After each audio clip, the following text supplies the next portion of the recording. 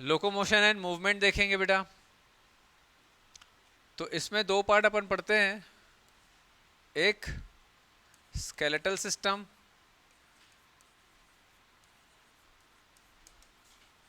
और एक muscular system.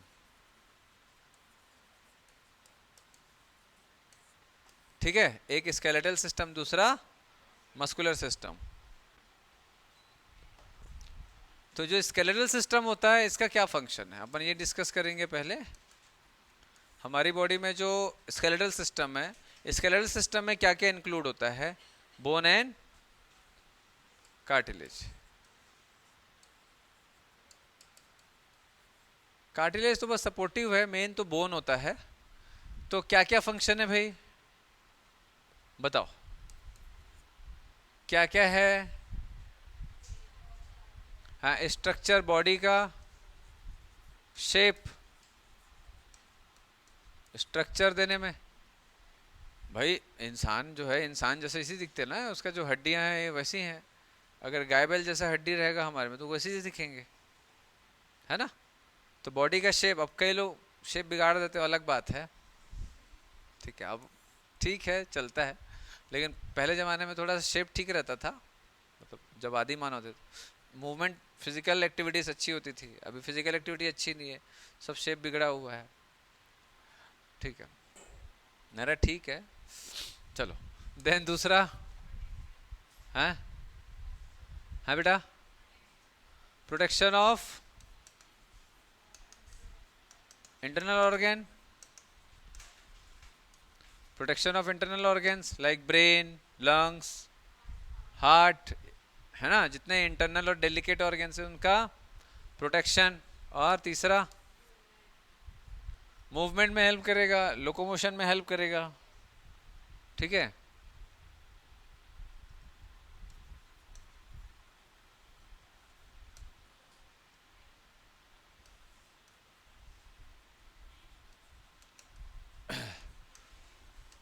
Actual में movement and locomotion is the function of muscle.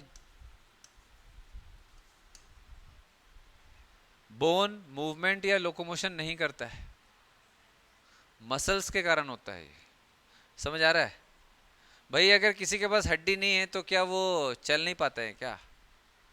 Movement नहीं होता क्या? होता है ना, लोकोमोशन होता है ना। सिर्फ हड्डी होने से नहीं होता, क्योंकि बोन को चलाने का काम मसल का ही होता है। ठीक है, तो लेकिन ये थोड़ा सा हेल्प करता है। देन नेक्स्ट और क्या होगा, बोलो? Support of internal organ, internal organs को सपोर्ट करके रखता है, अपनी जगह होल्ड करके रखेगा।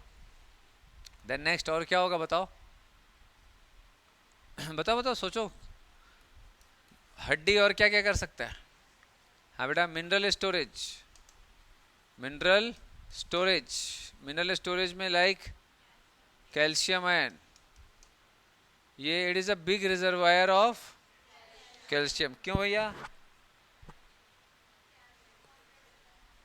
नहीं तो क्यों करता है इसको स्टोर, क्यों करता है, क्या जरूरत है? कैल्शियम मूवमेंट में हेल्प करता है। और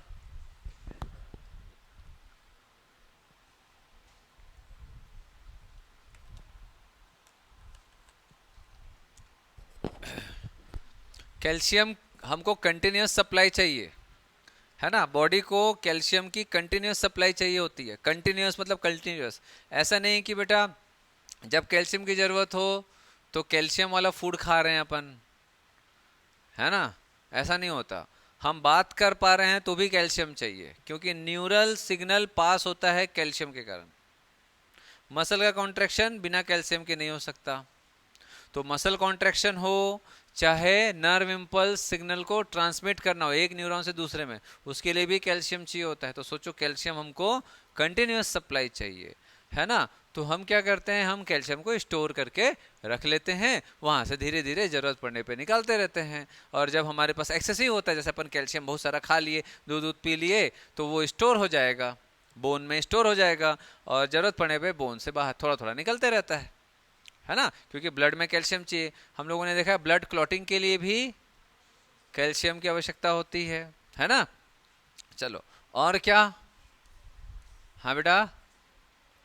हाँ, एरिथ्रोपायोसिस,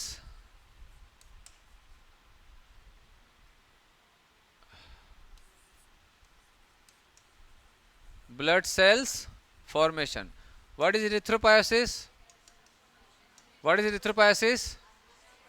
आरबीसी फॉर्मेशन को एरिथ्रोपायोसिस बोलते हैं, लेकिन बोन तो आरबीसी, डब्ल्यूबीसी और प्लेटलेट्स तीनों के फॉर्मेशन में हेल्प करता है।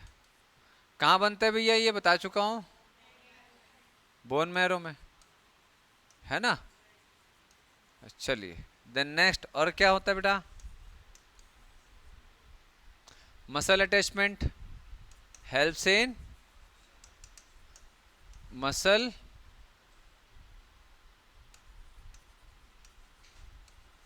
मसल अटैचमेंट होगा तो उससे मूवमेंट में हेल्प होगा, अपन लोकोमोशन कर पाएंगे, ठीक है। और क्या हेल्प करेगा?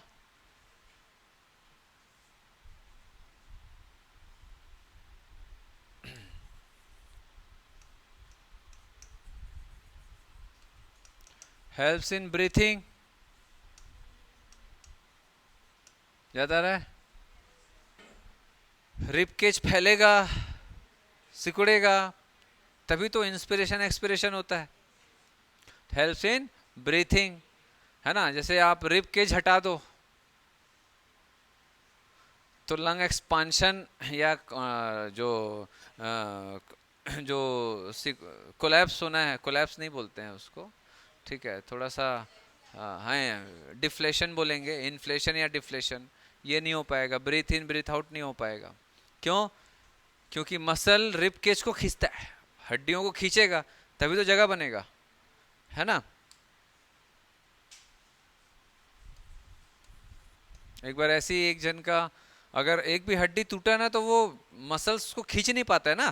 जैसे एक भी अगर रिब्स टूटा तो उसको खींच नहीं पाएगा ना टूटे हुए को, तो खींचेगा तो ठीक से वो अगर ठीक से खींच नहीं पाया मसल, उसको अगर खींच नहीं पाया तो वो एक्सपांड नहीं हो पाएगा रिब केज। अगर रिब्स टूटा हुआ है तो एक्सपांड नहीं हो पाएगा, तो सांस ठीक से नहीं ले पाते हैं इसलिए।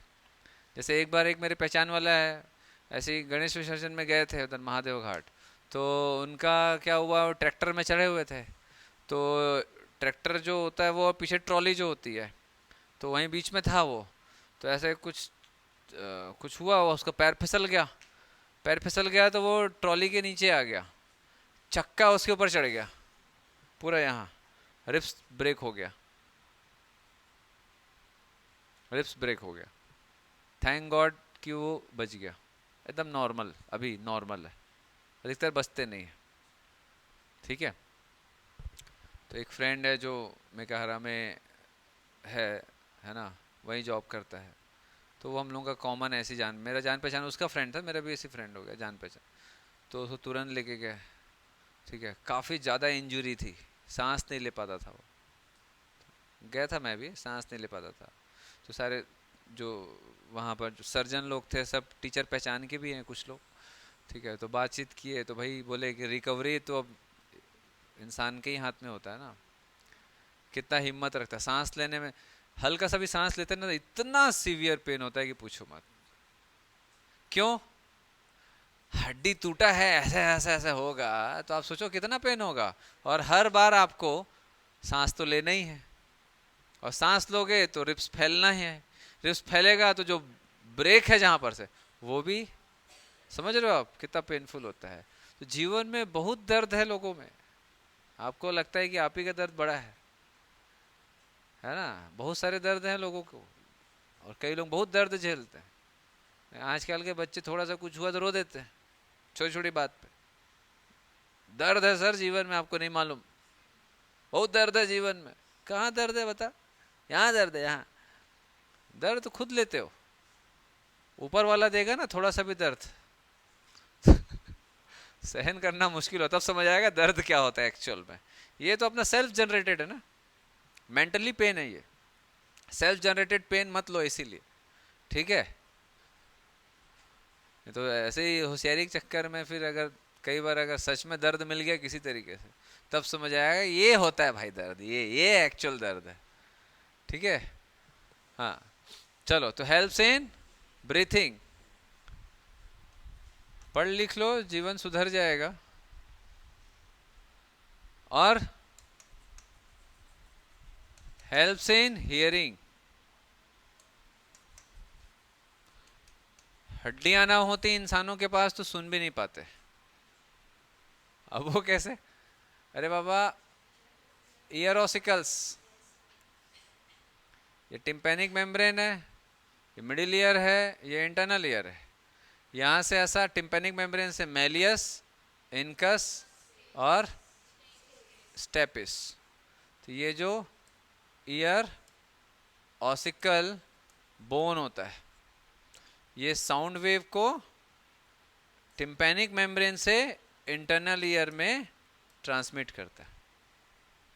समझ आ रहा है? क्लियर हो रहा है? हम बात भी करते हैं ना तो भी बोन की जरूरत होती है। हाँ, नहीं होता है ऐसा नहीं।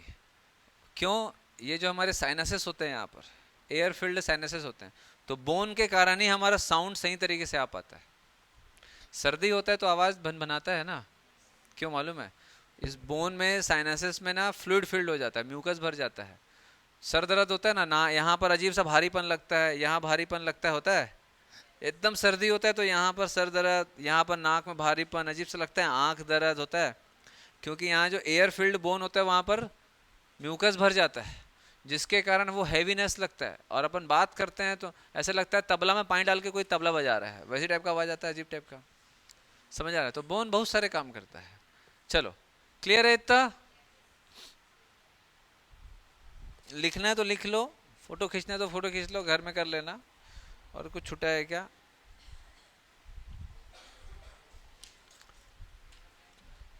हो गया?